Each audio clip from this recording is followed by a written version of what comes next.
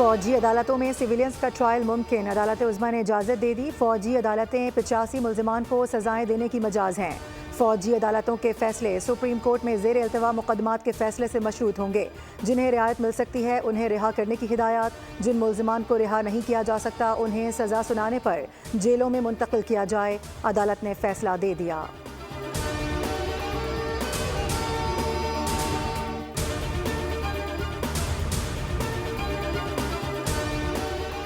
لاہور کی انسداد دہشت گردی عدالت میں پی ٹی آئی رہنماؤں کی پیشی، نون لیگ کا آفس جلانے سمیت 5 مقدمات کی سماعت، فرد جرم آئندہ سماعت پر عائد کی جائے گی۔ عدالت نے بتا دیا ٹرائل کی کارروائی 3 جنوری تک ملتوی کر دی گئی۔ شاہ محمود قریشی، ڈاکٹر یاسمین راشد، میاں محمود الرشید اور صنم جاوید عدالت میں پیش ہوئے۔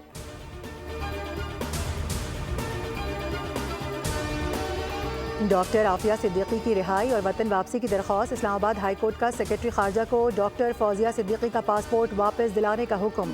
ڈاکٹر فوزیہ نے کہا کہ ویزا لگا ہوا ہے لیکن پاسپورٹ واپس نہیں مل رہا۔ عدالت نے وزارت خارجہ کو پاسپورٹ واپسی کی ہدایات جاری کر دیں۔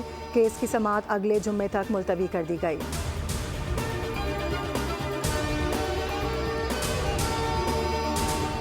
سینٹ میں قانونی اعانت و انصاف اتھارٹی ترمیمی بل 2024 منظور کر لیا گیا۔ سینٹ اجلاس میں بل کو متفقہ طور پر منظور کیا گیا۔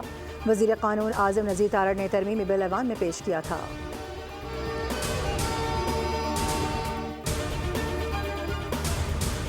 19 برس میں کے الیکٹرک نے کیا کیا؟ امیر جماعت اسلامی کراچی بجلی کی کمپنی پر بھڑک اٹھے، نیپرا کو کے الیکٹرک کی ربڑ اسٹیمپ قرار دے دیا۔ سوال کیا کہ 68 ارب روپے کا خسارہ عوام کے کھاتے میں کیوں ڈالا جا رہا ہے؟ سرد موسم میں 12 گھنٹے بجلی کیوں بند رہتی ہے؟ منم ظفر نے ایم کیو ایم کو بھی مسائل کی وجہ قرار دیا، کہا زرداری صاحب اگر کرپشن ختم کرنے کی بات کرتے ہیں تو یہ قیامت کا منظر ہے۔ واٹر کارپوریشن کی نااہلی 10 روز گزر گئے، 84 انچ کی لائن مرمت نہ ہو سکی۔ کراچی میں پانی کا بحران سنگین ہونے لگا، ٹوٹی ہوئی لائن سے پانی کا رساؤ جاری، کم پریشر کے سبب علاقوں میں پانی نہیں آ رہا، علاقوں میں پانی کی فراہمی بار بار تعطلی سے دوچار۔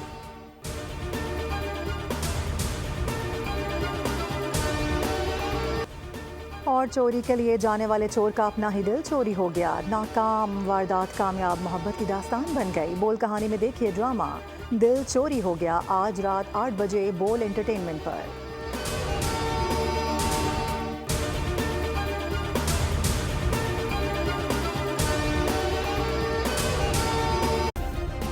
سبسکرائب کریں اور بیل دبائیں تاکہ کوئی خبر رہ نہ جائے۔